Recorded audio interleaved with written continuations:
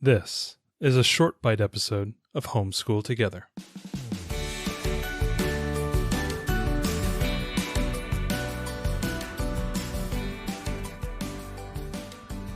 Hello and welcome to Homeschool Together short bite edition, short bite game break edition. We're going to let you in on a little skunkworks project that Ariel has been working on for the last few months, and I think we're excited because it's one of those things that once we figured out how to do it, I think we're going to be able to do more of them. Yeah. It took a lot of learning. So Ariel and I kind of kicked around an idea. She kind of took it and ran with it, and, just unbelievable amount of creativity on her side. This idea of a game break. And it was something that I think a sticking point around the idea of game schooling is a lot of people don't know what game schooling means or how to do it. They say, oh, we get to play a bunch of games. It kind of ties into something that's, I can learn about, or I can educate, or I can go forward and educate my child through the game.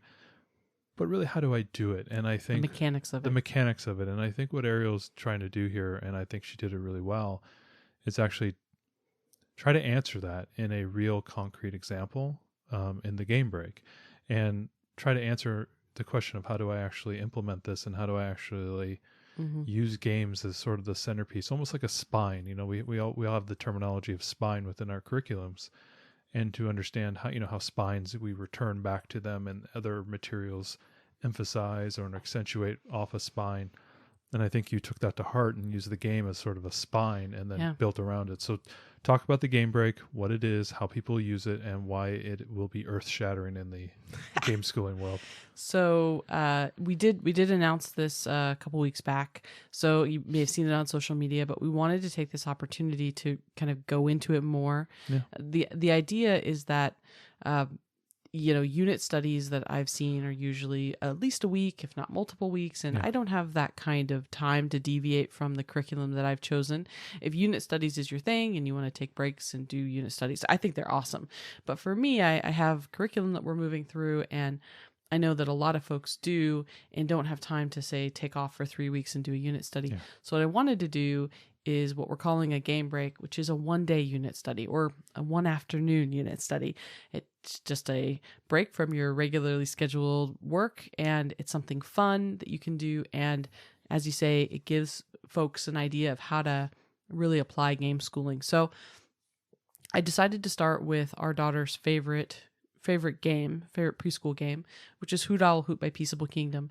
And I thought this was a great way to just do a test run of this concept and see, if this could really work and could really produce something that would be helpful. So in the center of it is the game. So you would play the game, and then the game break walks you through how to then do some reading. So you will read from a couple of fiction books.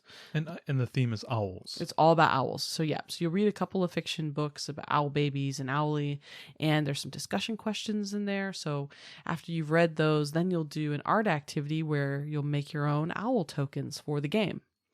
And then you'll play the game using your new owl tokens. And then you'll go back and you'll read some nonfiction books about owls and learn more about their habitat and what they eat and some other things about them.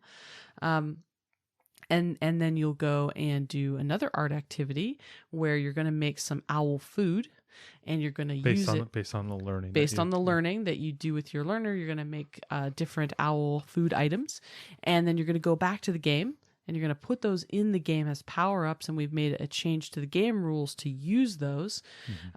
So that kind of accentuates gameplay. And then we have tons of media that we've provided, videos of owls hatching and more about owls. And there's a science unit to do a pellet dissection or watch a video about it if you don't want to do that, and explore how owls see and do kind of a fun experiment with your kids. And then there's a bunch of resources for you to take it further. So what we tried to do is provide something that would give 2 to 3 hours. I think we did it with our daughter, and it was just over 2 hours. And she had a lot of fun with it. So this is target age 4 to 7, around there. You could go older with it. I don't think you could go a whole lot younger. I think we maybe started playing this with our daughter when she was upper age 3. Yeah. So maybe you could, depending on your learner, but you could go older if you want to just add more in depth. And in some of our further resources, we gave some things for some older learners. We tried to make some adaption notes for younger or older kids, that you could play with multiple ages, because this is a preschool, early elementary game. We wanted it to be something that we could expand a little bit. So we tried to do something that was just going to be fun and show you this is the way that you could take a game, and this is more complex than you have to do, but how you can take a game and make it the center of your learning. So this one's all about owls, but if you maybe tease the next one. What's the next one about? Yeah, I'm working on Dragonwood next, which is going to surround dragons. It's going to be all about dragons. And so it can be anything. If your kids are super into a game that's all about space, you could take that and make a unit study based on that. And each time you play the game, study a different planet that's covered in the game, or, whatever you want to do. Maybe we're hoping the game break kind of inspires people on how to do it, but also, they can actually take the game break and do these in their homeschool. Right. This is a free resource. We just wanted to provide it so that people could see, because we do talk a lot about games. We've talked about game schooling, with Danielle Dabbs, and we've talked about the ideas and how to actually, how we kind of do it. But it's one of the big problems with game schooling is there's really a codified idea. There's a lot of people just say, "Oh, play games and have fun," and that's great. But a lot of people like a little bit more structure. They want to see how it's done. And I have to tell you, your graphics are amazing on this. The downloadable. It's about 8 pages long. You can print it, put it into a binder, take it with you if you're going on a camping trip or something of that nature, and you can really have a good time with it.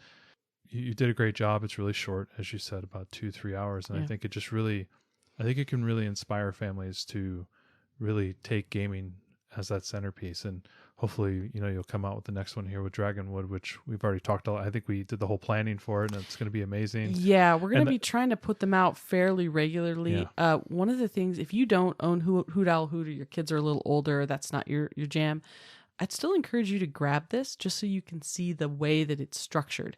Maybe your kids are really into a different game, but you can see how this works, and put something together for yourselves, and then tell us about it. I'd love to hear. Yeah, share it on the because that's the thing that I see so often is like, okay, you learn with games, but how? But like, really how? Yeah, let's see the practical thing. Yeah. And a lot of learning, because in reality we know that you're not going to sit there and play 15 games a day and that's going to be your curriculum.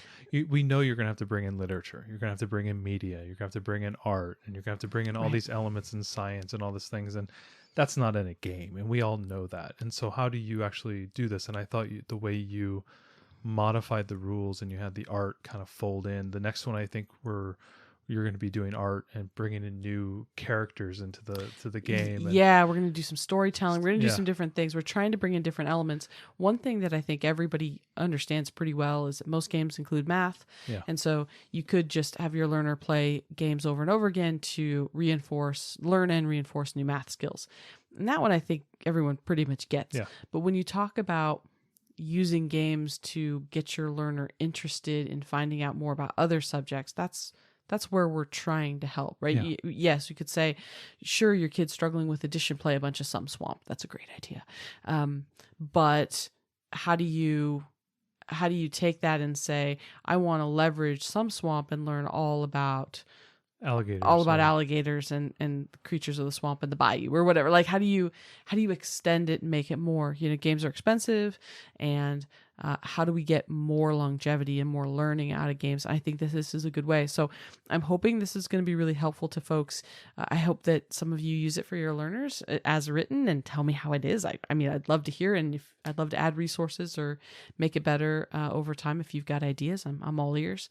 And then I'd love to hear what you make yourself for your kids. Absolutely. And what that looks like for you. I think that game schooling can be whatever we want it to be. There's no rules, but if I were going to make a game schooling curriculum module, this is what I would do. So I'm hoping it's helpful. Game schooling curriculum? I'm not signing myself up for that, folks. I'm just, at the moment, I'm just saying. I'm sitting back with my Austin Powers. Yeah. Sure. Yeah, with the pinky. Yeah. Yeah, at the moment, I just want to make these unit studies, and hopefully some families can see the possibilities. Absolutely. So check it out. So check it out. There's a great link in the show notes below. It's obviously free. We would love to hear your feedback on it, what you guys think about it.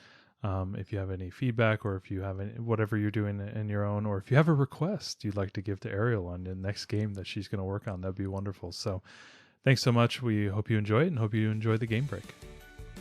Thanks so much for joining us today and making us a part of your homeschool journey. Please engage with us on social media.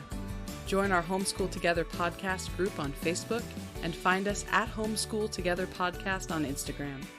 We'd love to hear your feedback, questions, and recommendations. Until next time, Happy homeschooling!